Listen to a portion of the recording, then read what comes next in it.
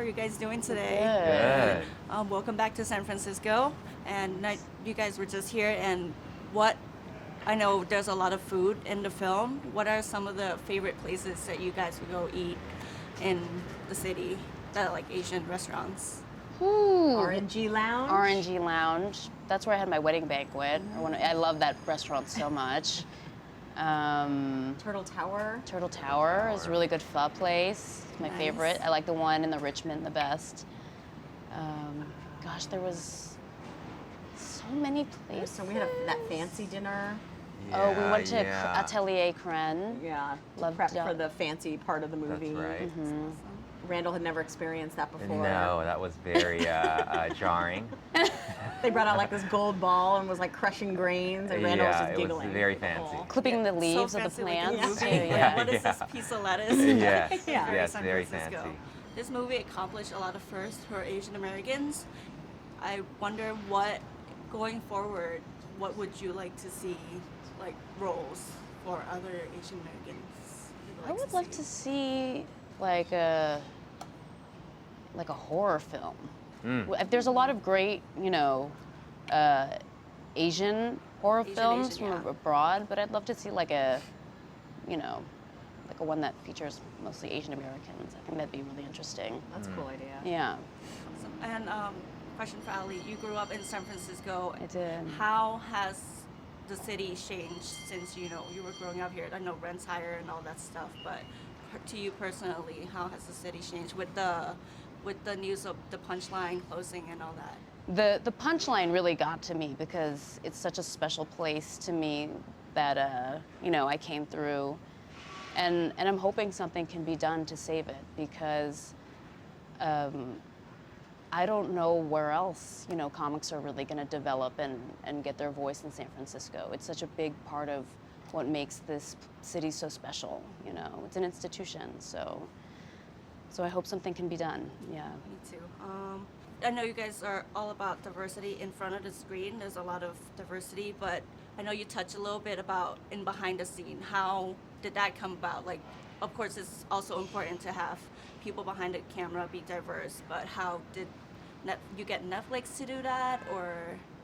We wanted the best people, and the best people happen to be diverse, and women. And I think having Notch at the helm as our leader had a lot to do with that as well. Yeah.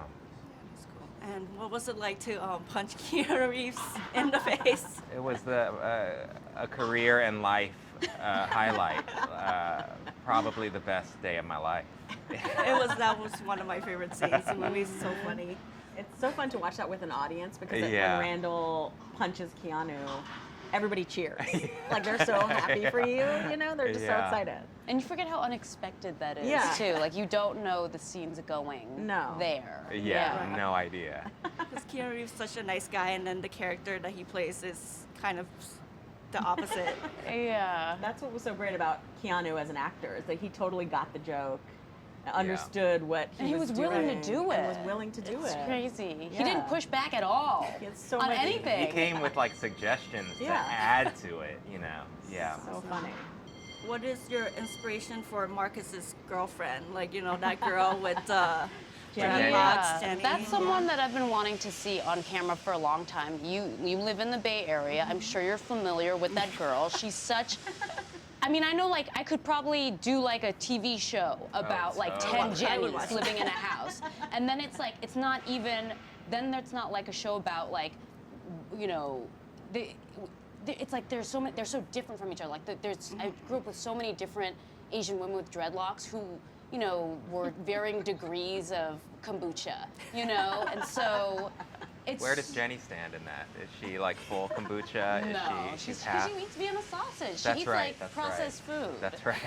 A lot of the Jennies I know, they like. I knew a girl who said to me, she was dreadlocks. She said, "I won't even look at a conventional peach."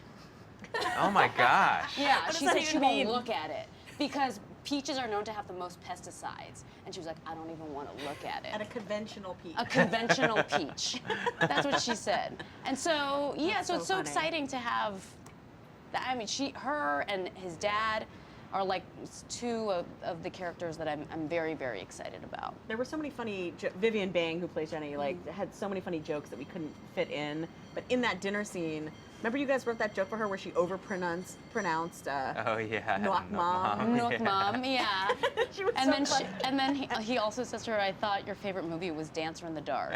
That's right. That's Lars right. von Trier. Yeah. That's right. And we're running out of time, but one more question for Randall. That scene when you were smoking weed in your room and then your dad comes in and you ask him if he wanted to smoke and dance with you. Yeah. Like, where does that come from? Because I know Asian parents are usually like very against weed. Is that something like that you pull from personal experience? Are my parents pro weed? Are you asking?